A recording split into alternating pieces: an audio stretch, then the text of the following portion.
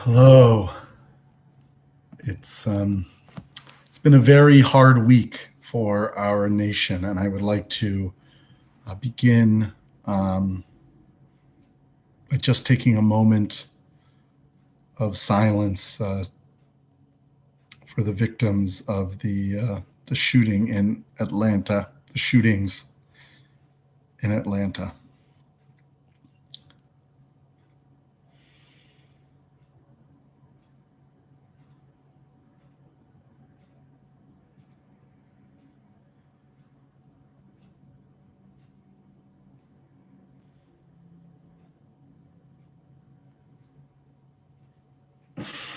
May the souls of those who were killed find peace, and may their families in time know comfort.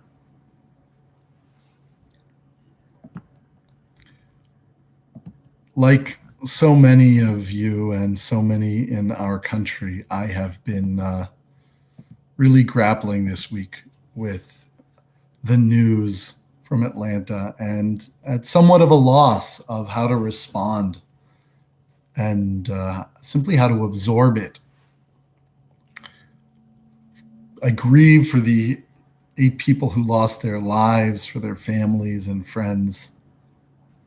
And my heart is with the Asian American community for whom this incident comes in the wake of a year in which close to 3,000 anti-Asian hate incidents were reported.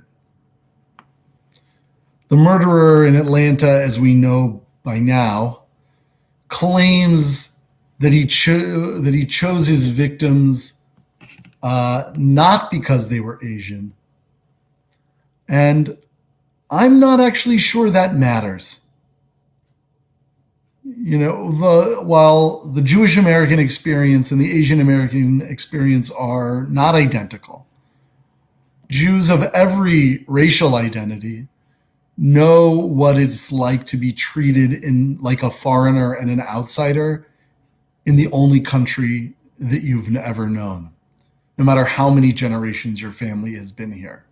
We know the fear and the anxiety that comes when you read news stories about members of your community attacked for the identity that you both share.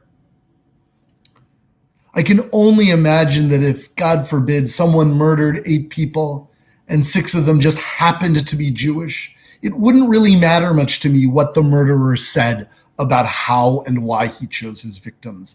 I would be afraid. And I wouldn't find his assurances very calming. I would be worried at the least about what other people who I know are out there who do want to target Jews might do, inspired by the crime they'd witnessed. And because we certainly know in the case of the crime in Atlanta, even if the murderer there didn't have a goal of spreading fear in the Asian American community, we know there are others who do have that goal, as 3,000 reported anti-Asian hate incidents demonstrate, even if those actions so far have not been as extreme as that of what we saw in Atlanta. So many people in the Asian American community are afraid, and we certainly cannot blame people for being afraid. And and my heart is with the Asian American community right now. And as I said, I don't think it matters much what the murderer said about why he did what he did. And there's another reason I don't think it matters much whether he thinks he targeted them because they were Asian or not.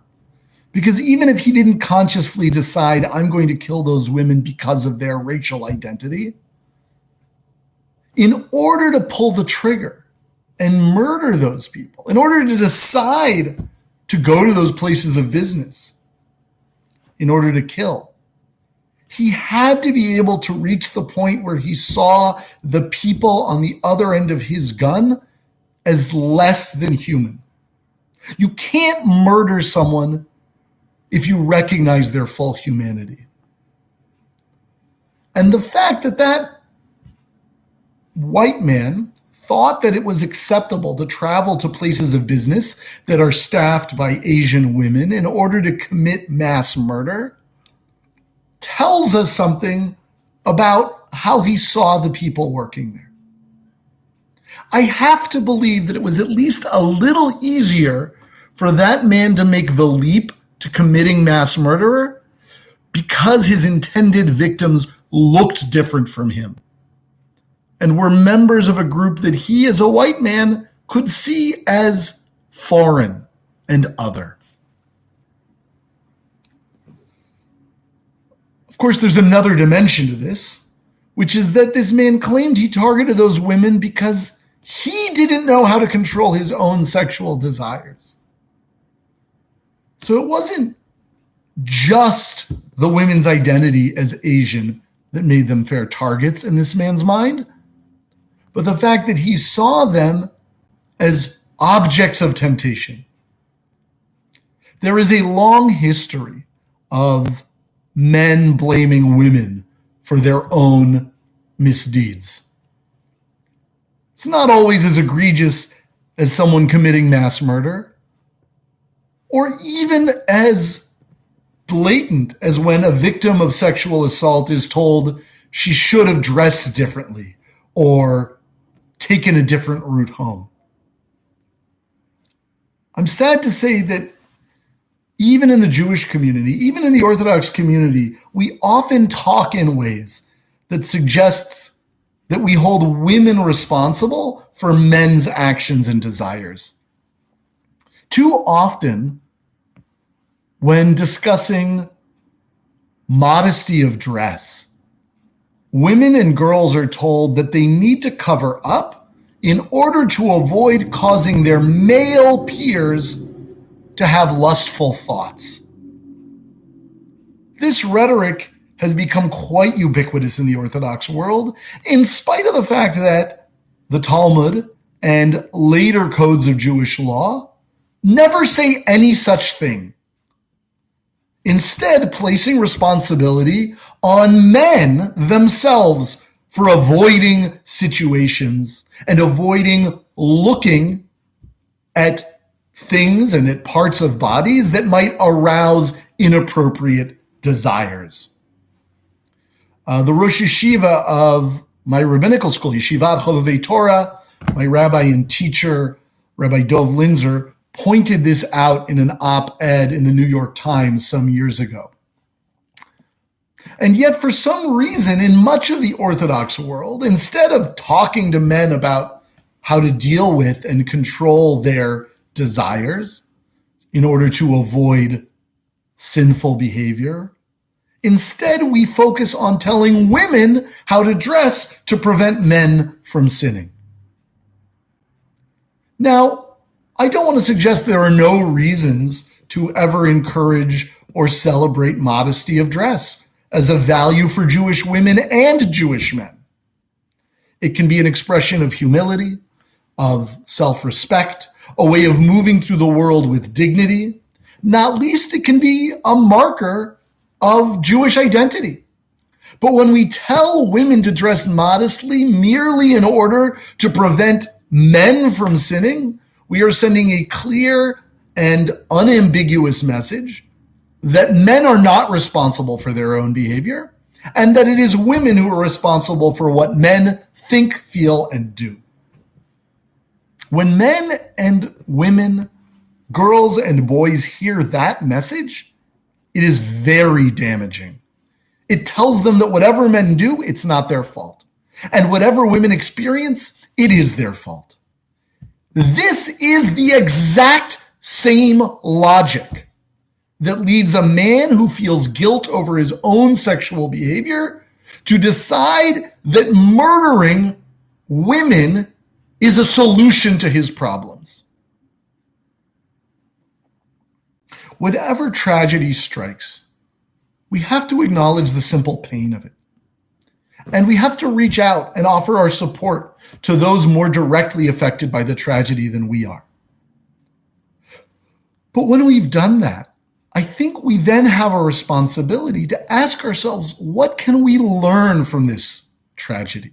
How can we use this experience to improve ourselves and our communities so that something like this is less likely, less possible to happen in the future?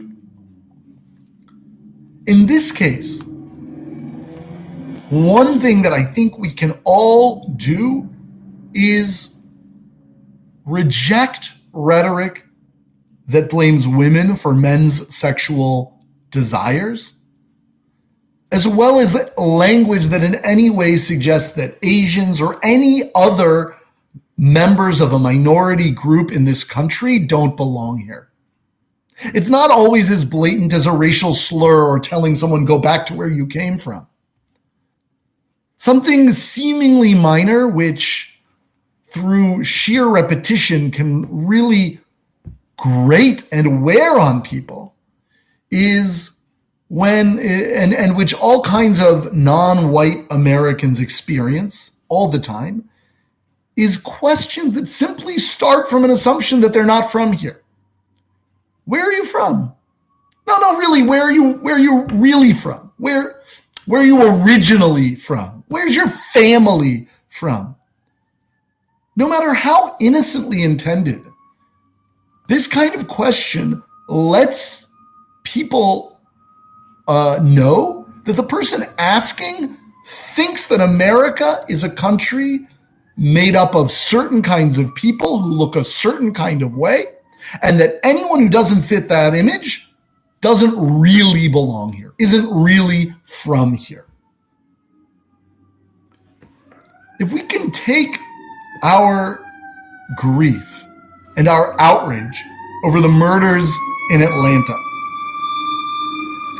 and channel that grief and anger into changing the way we talk, changing the kind of rhetoric we tolerate when we hear it from others, we can make a real change in ourselves, in the people around us, and the culture of our community that will make crimes like the one we just saw in Atlanta less likely and less possible in the future. May we never know such tragedy again. Shabbat Shalom.